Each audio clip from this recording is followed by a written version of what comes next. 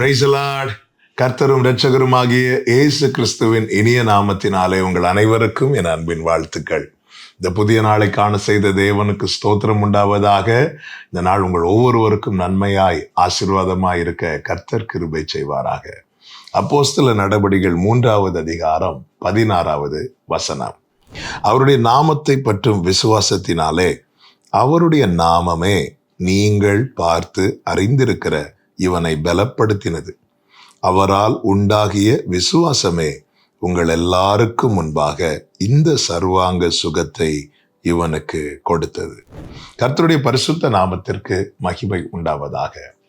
பேதுருவும் யோவானும் ஜெப ஆலயத்துக்கு போகும்போது ஆலய வாசலிலே தாயின் வயிற்றிலிருந்து சப்பானியாய் பிறந்த ஒருவனை அங்கே வைப்பது வழக்கமாயிருந்தது. அங்கே அவன் இருக்கிறான்.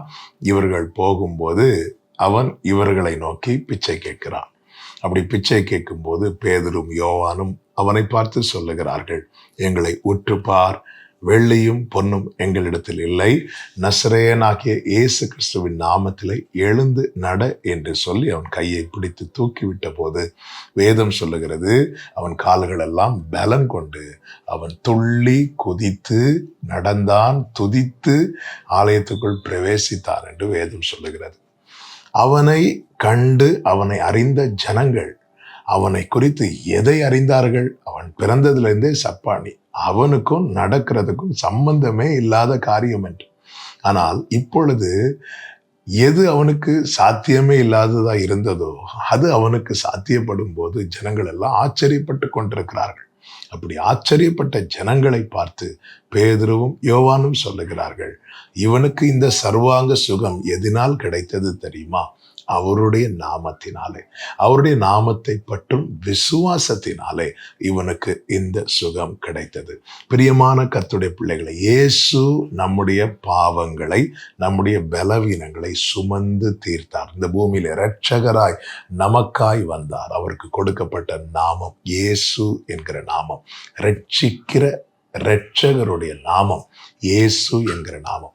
அந்த நாமத்தின் மேல் நாம் வைத்திருக்கிற நம்பிக்கை, விசுவாசம், ஆமென். அந்த நாமத்தை நாம் அறிக்கையிடும் போது, அந்த நாமத்தை நாம் உயர்த்தும் போது, அந்த நாமத்தினாலே நாம் கேட்கும் போது எது எது நமக்கு சாத்தியமில்லாததா இருக்கிறதோ அது எல்லாம் நமக்கு சாத்தியப்படும்.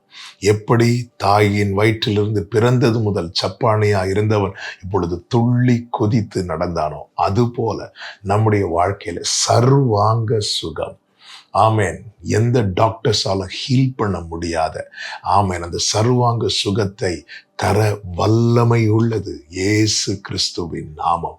இயேசுவை போற்றுங்கள், இயேசுவின் நாமத்தை உயர்த்துங்கள், இயேசுவின் நாமத்தை நம்பி அறிக்கையிடுங்கள், அந்த நாமத்திலே கேளுங்கள். இயேசு சொன்னார், என் நாமத்தினாலே நீங்கள் எதை கேட்டாலும் அதை உங்களுக்கு தருவேன் என்று. கேளுங்கள், நம்பிக்கையோடு எதிர்பார்த்து கேளுங்கள். அது நிச்சயமாய் உங்கள் வாழ்க்கையிலும் எது எது சாத்தியமே இல்லை என்று நிலையில் இருக்கிறீர்கள் அதை சாத்தியமாக்கத்தக்கதா இந்த சர்வாங்க சுகத்தை தந்தருள்வாராக. ஜெபிக்கலாமா? எங்கள் நல்ல தகப்பனே, இரக்கமுள்ள தேவனே, உம்முடைய நாமத்தினாலே நாங்கள் கழுவப்பட்டோம். உம்முடைய நாமமே எங்களுக்கு உயர்ந்த அடைக்கலம் அப்பா. நீதிமான் அதற்குள்ளே ஓடி சுகமாய் தங்கி இருப்பான். எங்களுக்கு சுகம் தருகிற நாமமே, எங்களை சுகமாய் தங்கி இருக்கிற நாமமே, உம்முடைய நாமத்தை பற்றி விசுவாசத்திலே பலப்பட கிருபை தாரும். இயேசுவின் நாமத்தில் பிதாவே, ஆமென்.